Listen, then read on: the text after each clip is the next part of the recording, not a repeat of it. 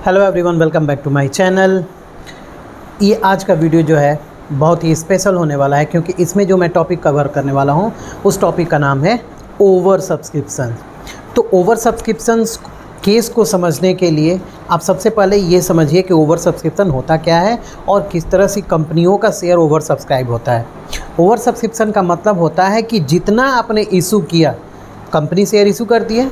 मान लीजिए अगर कंपनी ने शेयर इशू किया 1 लाख, ठीक है, तो यहाँ पे जो इशूड शेयर है, इशूड शेयर ये है 1 लाख। और अगर आपका शेयर अप्लाइड होता है, यानी कि जो आप एप्लीकेशन रिसीव करते हैं ना, अप्लाइड शेयर्स उसको बोलते हैं, वो है उससे ज़्यादा जितना कि आपने इशू किया, उस केस को बोलते हैं ओवर सब्सक्रिप्शन का केस। यानी कि जो कंपनियों का जो फाइनेंशियली स्ट्रांग होती हैं या फिर वो टाइम टू टाइम डिविडेंड देती रहती हैं, परमानेंट बेसिस पे रेगुलर डिविडेंड अपने शेयर होल्डरों को देती रहती हैं, उनकी मार्केट रेपुटेशन बहुत अच्छी होती है, गुडविल अच्छी होती है, जिसकी वजह से जो इन्वेस्टर्स होते हैं they always use to invest their money in such types of companies.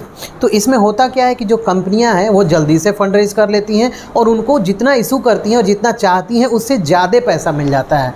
तो क्या वो सभी पैसा रख लेंगी? नहीं, वह जितना शेयर इशू की हैं उससे ज़्यादा पैसा वो नहीं रख सकती हैं शेयर कैपिटल के रूप में। हाँ, रख सकती हैं केवल एडवांस के रूप में, advance of allotment, advance of first call, advance of final call, इस तरह से ये रख सकती हैं। बाकी और कोई दूसरा उपाय नहीं है। अगर वो उससे ज़्यादा का पैसा, यानी कि 1 लाख शेयर से ज़्यादा का पैसा वो रखती हैं अपने पास, तो ये violation of SEBI guideline, SEBI rules हो जाएगा। अब कौन सा पैसा हम यहाँ पे लिखते हैं? सपोज़ करिए जब आप कोई क्वेश्चन सॉल्व करते हैं तो उसमें क्या दिखता है? कंपनी जो पैसे मांगती है वो इंस्टॉलमेंट बेसिस पे बेसिकली मांगती है जनरल केस में। तो अगर मान लीजिए एप्लीकेशन की जो वैल्यू है, एप्लीकेशन वैल्यू है यहाँ पे 2 रुपीज़, अलॉटमेंट की जो वैल्यू है वो हो गया 3 रुपीज़, फर्स्ट कॉल की जो वैल्यू है वो हो गया 3 रुपीज़ और फाइनल कॉल की जो वैल्यू है वो हो गया 2 रुपीज़। टोटल करेंगे तो यहाँ हो गया 10 रुपीज़। अब कंपनी जो है कितना इशू की थी? 1 लाख। अप्लाइड कितना हो गया? 1,50,000। तो यहाँ पे 1 लाख आपको एप्लीकेशन पे कितना मिलेगा? एप्लीकेशन मनी कितना है? 2 रुपये है। आपको मिलना चाहिए कितना? केवल 2 लाख रुपया। 2 लाख ऑन एप्लीकेशन, बट आपको रिसीव कितना हुआ? 1,50,000 शेयर का पैसा रिसीव हुआ है, यानी कि 3 लाख। अगर डिफरेंस की बात करें तो यहाँ पे 1 लाख रुपए आपको ज़्यादा मिल रहे हैं। तो क्या आप ये 1 लाख रुपए रख लेंगे? कंपनी रख लेगी? नहीं रख पाएगी। शेयर के रूप में तो नहीं रख पाएगी। हाँ, रख पाएगी किसके रूप में? भाई उन्हीं शेयर होल्डरों से जिनको आपने शेयर अलॉट किया है, उससे आप आगे का पैसा मांगेंगे ना, अलॉटमेंट का मांगेंगे, फर्स्ट कॉल का मांगेंगे, फाइनल कॉल का मांगेंगे, तो इनके एडवांस के रूप में आप रख सकते हैं, शेयर कैपिटल के रूप में नहीं रख सकते हैं। ऐसा नहीं कि आप 1 लाख शेयर इशू किए थे, 1,50,000 अप्लाई हो गया तो सबको हम शेयर अलॉट कर देंगे, नहीं। ये ठीक वैसे ही है जैसे आप किसी अच्छे इंस्टीट्यूशन में एडमिशन चाहते हैं तो वो इंस्टीट्यूशन लिमिटेड सीट ही केवल इशू करती है, लेकिन फॉर्म तो आते हैं ज़्यादा ना, तो क्या सबको सीट दे दिया जाता है? नहीं, सबको नहीं दिया जाता है। हम क्या करते हैं? उन्हीं को सीट देते हैं जो डिज़र्व करते हैं। ठीक वैसे ही इसमें भी होता है, जो डिज़र्व करेंगे उन्हीं को हम शेयर देंगे, जो डिज़र्व नहीं करते हैं स्क्रूटनी होता है, डीप एनालिसिस होता है उनकी फाइनेंशियल साउंडनेस का, कि जो इन्वेस्टर्स हैं वो फाइनेंशियली कैपेबल है कि नहीं, कि बाद में उनसे जब मांगा जाए allotment, first call, final call, तो वो दे सकें।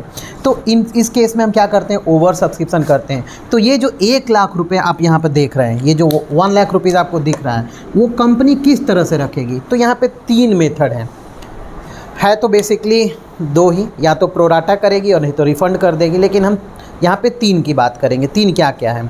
पहला, या तो प्रोराटा बेसिस पे करेगी। प्रोराटा बेसिस का मतलब क्या होता है? कंपनी जो है एक कैटेगरी बनाएगी, ठीक है, शेयर होल्डरों की एक कैटेगरी बनाएगी। सपोज़ यहाँ पे जो अप्लाइड था वो कितना था और अलॉटेड था वो कितना था, आपको लिखना है, ठीक है। तो अगर अप्लाइड है तो कैटेगरी बना लेते हैं। कैटेगरी है, कैटेगरी फर्स्ट कैटेगरी में टोटल नंबर ऑफ शेयर कितना इशूड किया गया? 1 लाख। एंड टोटल अप्लाइड कितना हुआ? 1,50,000। तो यहाँ पे इशूड जो भी है, अप्लाइड जो भी है ना, हम मैक्सिमम लिख सकते हैं। तो अगर मान लीजिए आप 70,000 ले लीजिए, 70,000 जो एप्लीकेंट्स हैं उनको हम फुल अलॉट कर दिए।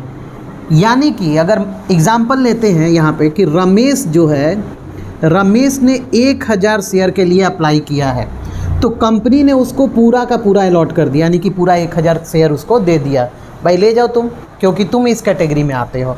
जो इस कैटेगरी में आएगा उसको फुल अलॉटमेंट किया जाएगा।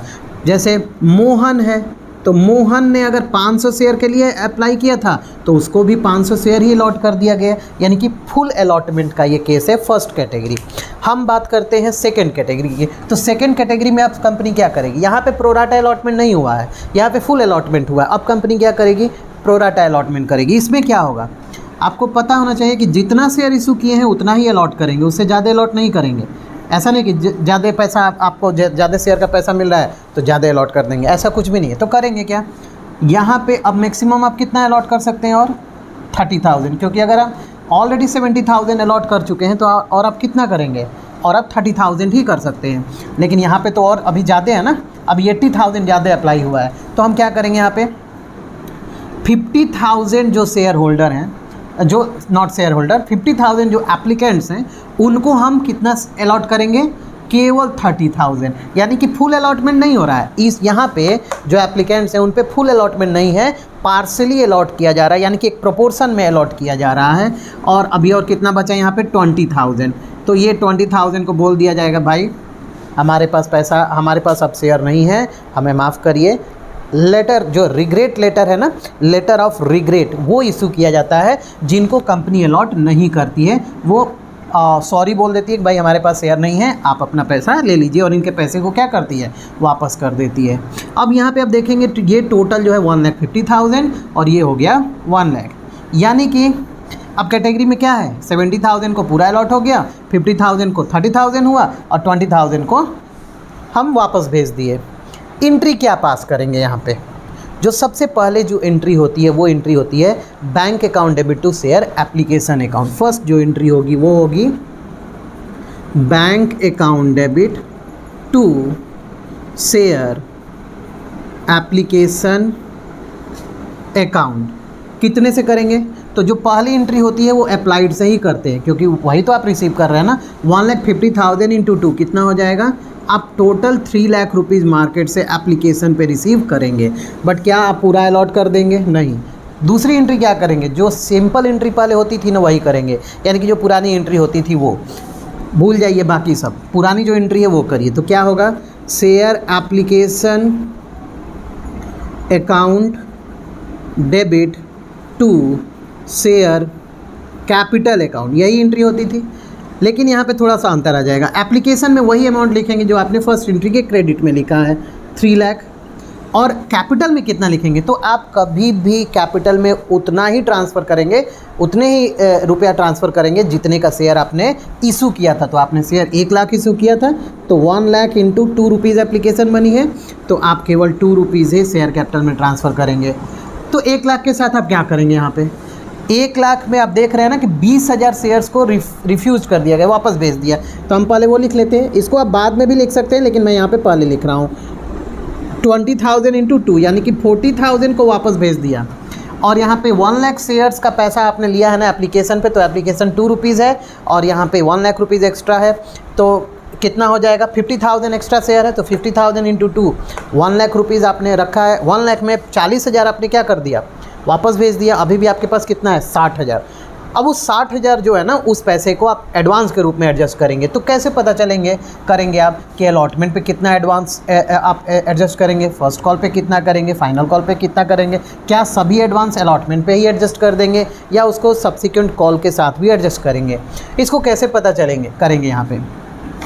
यहाँ पे ध्यान से देखिए कितना शेयर अलॉट किया गया है, 30,000। तो इतने शेयर का ही तो पैसा आप अलॉटमेंट पे मांगेंगे ना, तो 30,000 को आप अलॉटमेंट मनी से मल्टीप्लाई कर दीजिए, कितना आ गया 90,000, यानी कि मैक्सिमम 90,000 आप अलॉटमेंट पे उन लोगों से मांगेंगे जिनको आपने 50,000 पे 30,000 अलॉट किया है। और यहाँ पे एक्सेस कितना हो रहा है, 1 लाख में से 40,000 तो आप वापस ही कर दिए, तो 60,000 एक्सेस आपके पास अभी भी है। उस 60,000 को आप केवल और केवल अलॉटमेंट के एडवांस के रूप में ही रखेंगे, क्योंकि मैक्सिमम आप 90,000 अलॉटमेंट रख सकते हैं एडवांस। तो यहाँ क्या लिखेंगे, टू शेयर अलॉटमेंट अकाउंट कितना हो जाएगा 60,000। मैक्सिमम कितना एडजस्ट कर सकते हैं 90,000, बट यहाँ पे आप कितना करेंगे 60,000, और वो भी एडवांस ऑफ अलॉटमेंट केवल करेंगे। तो ये तो था पूरा का पूरा जो भी पिक्चर था, ये ओवर सब्सक्रिप्शन के केस का था। इसमें और भी चीज़ें आती हैं, जैसे कि अगर एरियर हो गया, कोई शेयर होल्डर था, उसको हमने अलॉट किया और वो फर्स्ट कॉल नहीं दिया, फाइनल कॉल नहीं दिया, या फिर अलॉटमेंट नहीं दिया और ओवर सब्सक्रिप्शन का केस हुआ था, तो इस केस में हम क्या करेंगे, जब भी वो ऐसा केस आएगा तो थोड़ी सी ट्रीटमेंट होती है वो करेंगे। फिलहाल यहाँ पे ये केस था केवल ओवर सब्सक्रिप्शन का। आई होप ये वीडियो आप लोगों को समझ में आया होगा। अगर वीडियो समझ में आया तो वीडियो को लाइक कर दीजिए, चैनल को सब्सक्राइब कर लीजिए और बेल आइकन को प्रेस कर दीजिए। नेक्स्ट वीडियो में मैं डिस्कस करूँगा फॉर फ्यूचर के केस के बारे में और एक क्वेश्चन भी सॉल्व करूँगा।